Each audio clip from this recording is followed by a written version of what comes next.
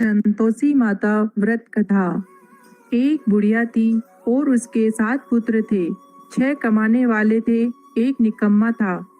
बुढ़िया माँ 6 पुत्रों की रसोई बनाती, भोजन कराती और पीछे से जो कुछ बचता सो 7वें को दे देती थी।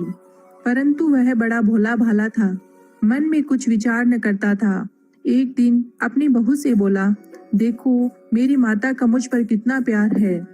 वह बोली, क्यों नहीं, सबका जूठा बचा हुआ तुमको खिलाती है। वह बोला, भला ऐसा भी कहीं हो सकता है? मैं जब तक आंखों से न देखूं मान नहीं सकता। बहू ने हंसकर कहा, तुम देख लोगे तब तो मानोगे। कुछ दिन बाद बड़ा त्योहार आया। घर में 7 प्रकार के भोजन और चूरमा के लड्डू बने। वह जांचने को सिर दर्द का बहाना बनाकर पतला कपड़ा सिर पर ओढ़कर रसोई घर में सो गया और कपड़े में से सब देखता रहा। 6 भाई भोजन करने आए। उसने देखा माँ ने उनके लिए सुंदर सुंदर आसन बिछाए हैं, 7 प्रकार की रसोई परोसी है। वह आग्रह करके जिमाती है। वह देखता रहा। 6 भाई भोजन कर उठे। तब माता ने उनकी जूठी थालियों में से लड्डुओं के टुकड़ों को उठाया और एक लड्डू बनाया। जूठन साफ कर बुढ़िया माँ ने पुकारा, उठो बेटा, 6 भाई भोजन कर गए, अब तू ही बाकी है, उठ न, कब खाएगा? वह कहने लगा, माँ मुझे भोजन नहीं करना, मैं परदेश जा रहा हूँ। माता ने कहा, कल जाता हो तो आज ही जा। वह बोला, हाँ हाँ आज ही जा रहा हूँ। यह कहकर वह घर से निकल गया। चलते समय बहू की याद आई। वह गौशाला में उपले थाप रही थी। वहीं जाकर उससे बोला, हम जावे परदेश को, आवेंगे कुछ काल, तुम रहियो संतोष से, धर्म आपनो पाल। वह बोली, जाओ पिया आनंद से, हमरो सोच हटाए, राम भरोसे हम रहे, ईश्वर तुम्हें सहाय। देख निशानी आपकी, देख धरु में धीर, सुधी मत हमारी विसारियो, रखियो मन गंभीर। सुधी हमरी मति विसारियो, रखियो मन गंभीर। वह बोला, मेरे पास तो कुछ नहीं, यह अंगूठी है, सो ले और अपनी कुछ निशानी मुझे दे। वह बोली, मेरे पास क्या है, यह गोबर भरा हाथ है। यह कहकर उसकी पीठ में गोबर के हाथ की थाप मार दी। वह चल दिया। चलते चलते दूर देश में पहुंचा। वहां पर एक साहूकार की दुकान थी। वहां जाकर कहने लगा, भाई मुझे नौकरी पर रख लो। साहूकार को जरूरत थी, बोला रह जा। लड़के ने पूछा, तनख्वाह क्या दोगे? साहूकार ने कहा, काम देखकर दाम मिलेंगे। साहूकार की नौकरी मिली। वह सवेरे 7 बजे से रात तक नौकरी बजाने लगा। कुछ दिनों में दुकान का सारा लेन देन, हिसाब किताब, ग्राहकों को माल बेचना, सारा काम करने लगा। साहूकार के 7-8 नौकर थे। वे सब चक्कर खाने लगे कि यह तो बहुत होशियार बन गया है। सेठ ने भी काम देखा और 3 महीने में उसे आधे मुनाफे का साझीदार बना लिया। वह 12 वर्ष में ही नामी सेठ बन गया और मालिक सारा कारोबार उस पर छोड़कर बाहर चला गया। अब बहू पर क्या बीती सो सुनो। सास ससुर उसे दुख देने लगे। सारी गृहस्थी का काम करके उसे लकड़ी लेने जंगल में भेजते हैं। इसी बीच घर की रोटियों के आटे से जो भूसी निकलती, उसकी रोटी बनाकर रख दी जाती और फूटे नारियल के खोपरे में पानी। इस तरह दिन बीतते रहे। एक दिन वह लकड़ी लेने जा रही थी कि रास्ते में बहुत सी स्त्रियां संतोषी माता का व्रत करती दिखाई दी। वह वहां खड़ी होकर कथा सुनकर बोली, बहनों, तुम किस देवता का व्रत करती हो और इसके करने से क्या फल मिलता है? इस व्रत के करने की क्या विधि है?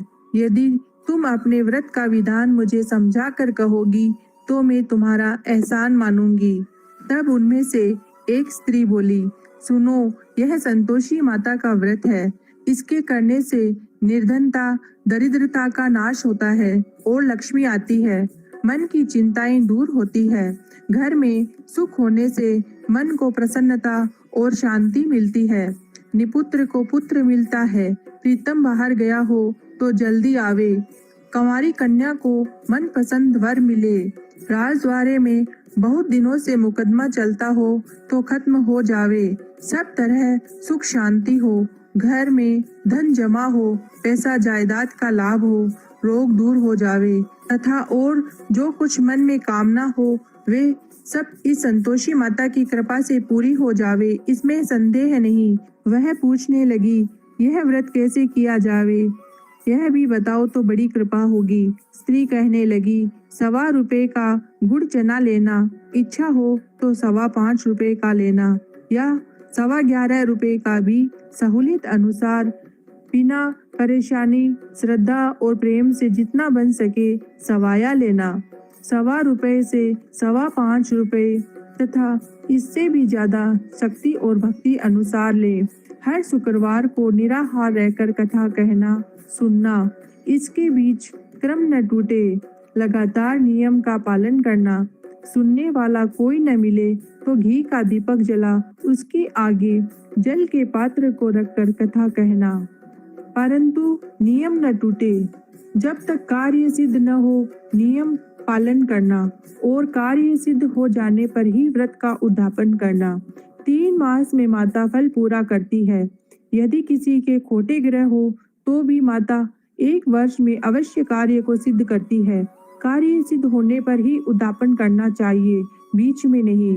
उद्यापन में 2.5 सेर आटे का खाजा तथा इसी परिणाम में खीर तथा चने का साग करना। 8 लड़कों को भोजन कराना। जहाँ तक मिले देवर, जेठ, भाई बंधु, कुटुंब के लड़के लेना। न मिले तो रिश्तेदार और पड़ोसियों के लड़कों को बुलाना, उन्हें भोजन कराना। यथा दक्षिणा दे माता का नियम पूरा करना। उस दिन घर में कोई खटाई न खावे। यह सुनकर बुढ़िया के लड़के की बहू चल दी। रास्ते में लकड़ी के बोझ को बेच दिया और उन पैसों से गुड़ चना ले माता के व्रत की तैयारी कर आगे चली और सामने मंदिर देखकर पूछने लगी, यह मंदिर किसका है? सब कहने लगे, संतोषी माता का मंदिर है। यह सुन माता के मंदिर में जा माता के चरणों में लौटने लगी। दीन होकर विनती करने लगी, माँ, मैं निपट मूर्ख हूँ, व्रत के नियम कुछ जानती नहीं, मैं बहुत दुखी हूँ। हे माता जगजननी, मेरा दुख दूर कर, मैं तेरी शरण में हूँ। माता को दया आई। एक शुक्रवार बीता कि दूसरे शुक्रवार को ही उसके पति का पत्र आया और तीसरे को उसका भेजा हुआ पैसा भी आ पहुँचा।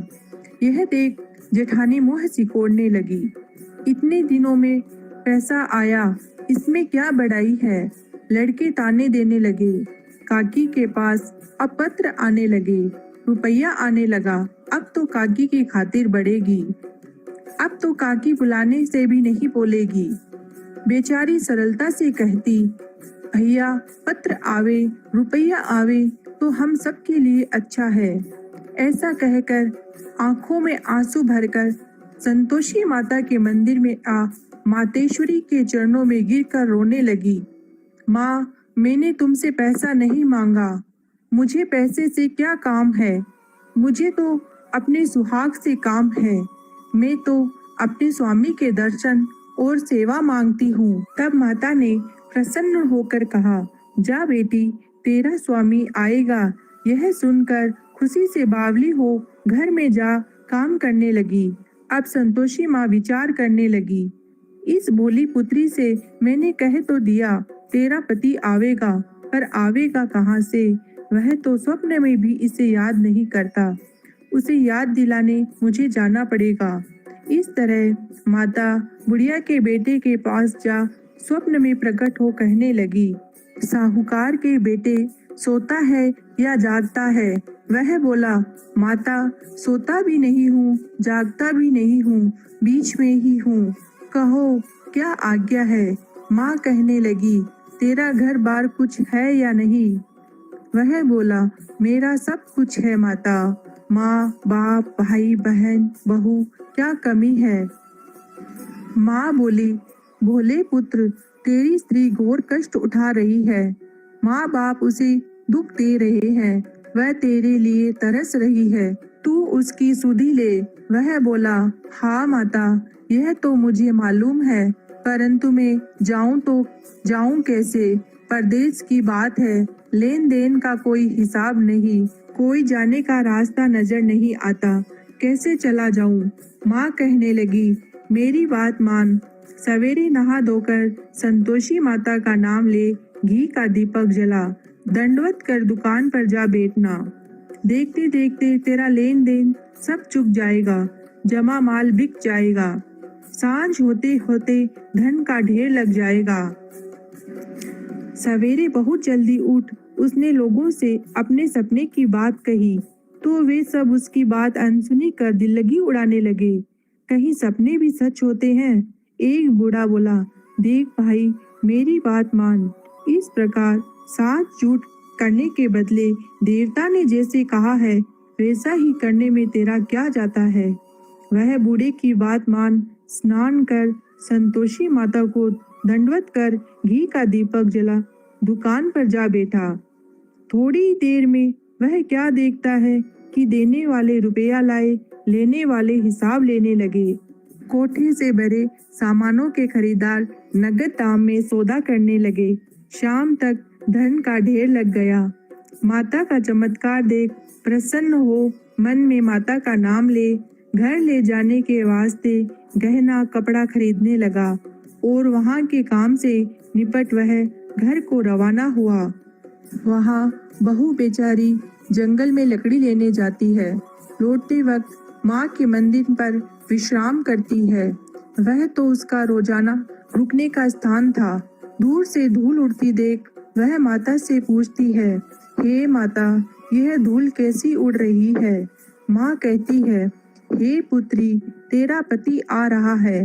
अब तू ऐसा कर, लकड़ियों के 3 बोझ बना ले, एक नदी के किनारे रख, दूसरा मेरे मंदिर पर और तीसरा अपने सिर पर रख।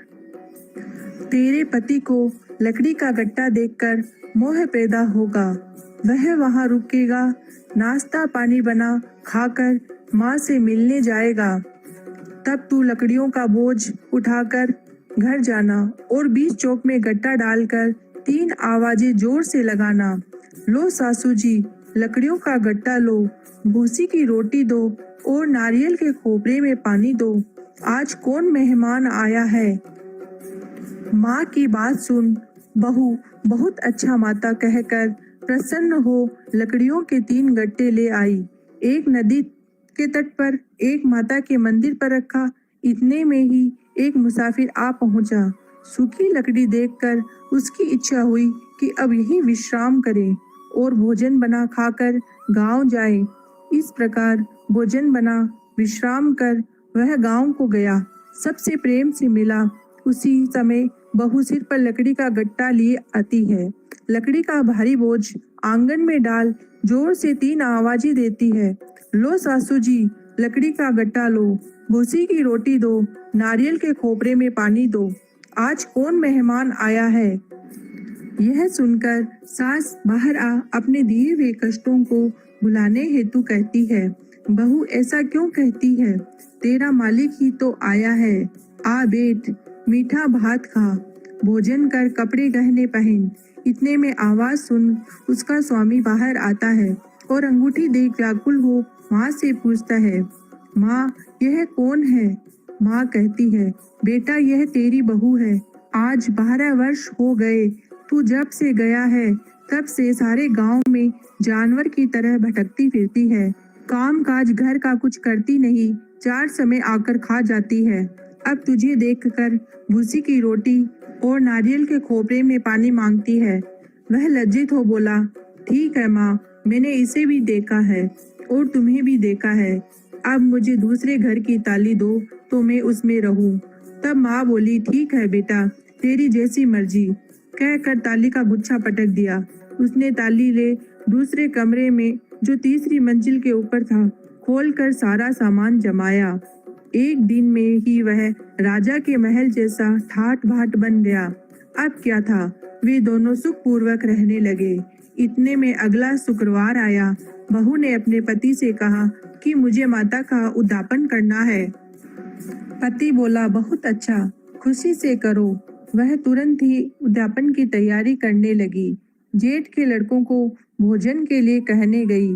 उसने मंजूर किया परंतु पीछे जेठानी अपने बच्चों को सिखलाती है, देखो रे, भोजन के समय सब लोग खटाई मांगना, जिससे उसका उद्यापन पूरा न हो। लड़के जीवने आए, खीर पेट भरकर खाई, परंतु याद आते ही कहने लगे, हमें कुछ खटाई दो, खीर खाना हमें भाता नहीं, देखकर अरुचि होती है। बहू कहने लगी, खटाई किसी को नहीं दी जाएगी, यह तो संतोषी माता का प्रसाद है। लड़के तुरंत उठ खड़े हुए, बोले, पैसा लाओ। बोली बहू कुछ जानती नहीं थी, सो उन्हें पैसे दे दिए। लड़के उसी समय जाकर इमली खाने लगे। यह देखकर बहू पर संतोषी माताजी ने कोप किया। राजा के दूत उसके पति को पकड़ कर ले गए। जेठ चिठानी मन माने खोटे वचन से कहने लगे, लूट लूट कर धन इकट्ठा कर लाया था, सो राजा के दूत पकड़ कर ले गए। अब सब मालूम पड़ जाएगा जब जेल की हवा खाएगा। बहू से यह वचन सहन नहीं हुए। रोती रोती माता के मंदिर में गई। हे माता, तुमने यह क्या किया? हंसाकर अब क्यों रुलाने लगी? माता बोली, पुत्री, तूने उद्यापन करके मेरा व्रत भंग किया है, इतनी जल्दी सब बातें भुला दी। वह कहने लगी, माता, भूली तो नहीं हूँ, न कुछ अपराध किया है, मुझे तो लड़कों ने भूल में डाल दिया, मैंने भूल में उन्हें पैसे दे दिए, मुझे क्षमा कर दो माँ। माँ बोली, ऐसी भी कहीं भूल होती है? वह बोली, माँ, मुझे माफ कर दो, मैं फिर तुम्हारा उद्यापन करूंगी। माँ बोली, अब भूल मत करना। वह बोली, अब न होगी। माँ, अब बतलाओ वे कैसे आवेंगे? माँ बोली, जा पुत्री, तेरा पति तुझे रास्ते में ही आता मिलेगा। वह घर को चली। राह में पति आता मिला। उसने पूछा, तुम कहाँ गए थे? तब वह कहने लगा, इतना धन जो कमाया है उसका टैक्स राजा ने मांगा था, वह भरने गया था। वह प्रसन्न हो बोली, भला हुआ, अब घर चलो। कुछ दिन बाद फिर शुक्रवार आया। वह बोली, मुझे माता का उद्यापन करना है। पति ने कहा, करो। वह फिर जेठ के लड़कों से भोजन को कहने गई। जेठानी ने तो एक दो बातें सुनाई और लड़कों को सिखा दिया कि तुम पहले ही खटाई मांगना। लड़के कहने लगे, हमें खीर खाना नहीं भाता, जी बिगड़ता है, कुछ खटाई खाने को देना। वह बोली, खटाई खाने को नहीं मिलेगी, आना हो तो आओ। वह ब्राह्मणों के लड़के ला भोजन कराने लगी। यथा दक्षिणा की जगह एक एक फल उन्हें दिया। इससे संतोषी माता प्रसन्न हुई। माता की कृपा होते ही 9वें मास उसको चंद्रमा के समान सुंदर पुत्र प्राप्त हुआ। पुत्र को लेकर प्रतिदिन माताजी के मंदिर में जाने लगी।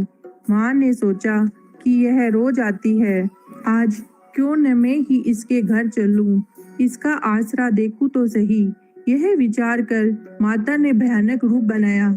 गुड़ और चने से सना मुख, ऊपर सूंड के समान होठ, उस पर मक्खियां भिनभिना रही थी। दहलीज में पांव रखते ही उसकी सास चिल्लाई, देखो रे, कोई चुड़ैल डाकिन चली आ रही है, लड़कों, इसे भगाओ नहीं तो किसी को खा जाएगी। लड़के डरने लगे और चिल्लाकर खिड़की बंद करने लगे। छोटी बहू रोशनदान में से देख रही थी। प्रसन्नता से पगली होकर चिल्लाने लगी, आज मेरी माताजी मेरे घर आई है। यह कहकर बच्चे को दूध पिलाने से हटाती है। इतने में ही सास का क्रोध फूट पड़ा। बोली, इसे देखकर कैसी उतावली हुई है जो बच्चे को पटक दिया। इतने में माँ के प्रताप से जहाँ देखो वहीं लड़के ही लड़के नजर आने लगे। वह बोली, माँ जी, मैं जिनका व्रत करती हूँ ये वही संतोषी माता है। इतना कहकर झट से सारे किवाड़ खोल देती है। सब ने माता के चरण पकड़ लिए और विनती कर कहने लगे, हे माता, हम मूर्ख हैं, हम अज्ञानी हैं, पापी हैं, तुम्हारे व्रत की विधि हम नहीं जानते। तुम्हारा व्रत भंग कर हमने बहुत बड़ा अपराध किया है। हे माता, आप हमारा अपराध क्षमा करो। इस प्रकार माता प्रसन्न हुई। माता ने बहू को जैसा फल दिया वैसा सबको दे, जो पड़े उसका मनोरथ पूर्ण हो। बोलो संतोषी माता की जय।